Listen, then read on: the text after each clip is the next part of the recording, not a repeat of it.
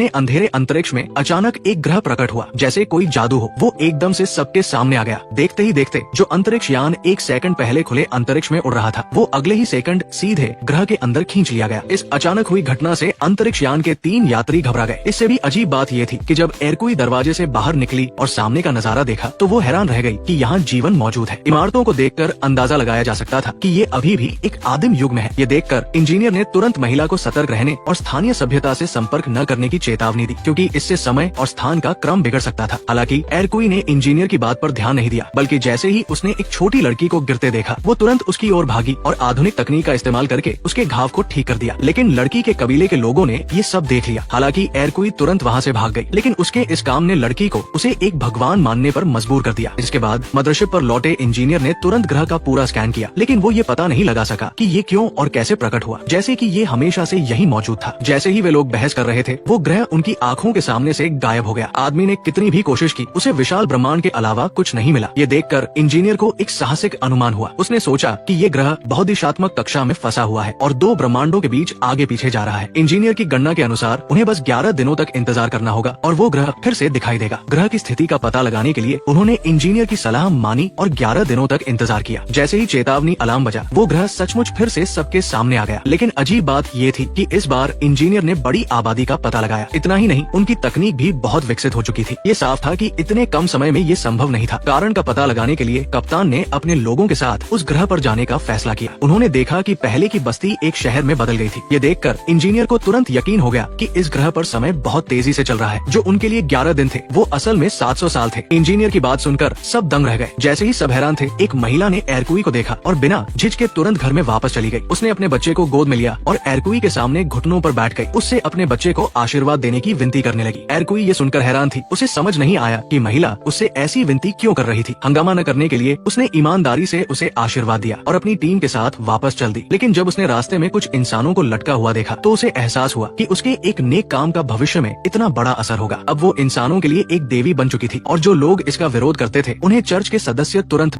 देते थे। एक सर्वोच्च अधिकारी होने के नाते एरकुई की मूर्ति को चर्च में पूजा जाता था। ये देखकर सब समझ गए कि कुछ गलत हुआ है और वे तुरंत जहाज पर वापस चले गए और इस बात की जानकारी टाइम स्पेस एडमिनिस्ट्रेशन को दी। जब निदेशक को पूरी कहानी पता चली, तो उसने एरकुई को डांटा कि उसे दखल नहीं देना चाहिए था। इस तरह के काम से समय के क्रम में गड़बड़ी होती है और सबसे बड़ी बात ये थी कि एरकुई को एक देवी के रूप में पूजा जा रहा था। इससे न केवल ग्रह की दिशा पूरी तरह से बदल गई थी, बल्कि इस गति से वे 3 महीने से भी कम समय में एक टाइम मशीन बना लेंगे और खुद देवी को ढूंढने निकलेंगे। हालात को और खराब होने से रोकने के लिए कप्तान ने एरकुई को तुरंत ग्रह पर वापस ले जाने का फैसला किया, ताकि वे पोप को सब कुछ समझा सके। एरकुई को देखकर पोप डर गया और तुरंत घुटनों पर बैठ गया, ये सोचकर कि देवी सचमुच धरती पर उतर आई है। हालांकि एरकुई ने समझाया कि वो सिर्फ एक आम इंसान है। उसने पहले जो अच्छा काम किया था, वो उच्च तकनीकी मदद से किया था और उसके पास कोई उपचार करने की अलौकिक शक्ति नहीं थी। ये कहते हुए उसने पोप के हाथ पर एक कट लगाया और तुरंत दिखाया कि उसकी उच्च तकनीक कैसे काम करती है। ये देखकर कि घाव सच में ठीक हो गया, एरकुई और कप्तान वहाँ से चले गए। ये चमत्कार देखकर पोप ने महिला की बात पर विश्वास किया और तुरंत पांडुलिपियों को बदलने की तैयारी करने लगा, ताकि लोगों को सच्चाई पता चल सके। लेकिन उसके एक अधीनस्थ को ये पसंद नहीं आया, क्योंकि बिना विश्वास के समाज में अराजकता फैल जाएगी। इसलिए उसने तुरंत पोप को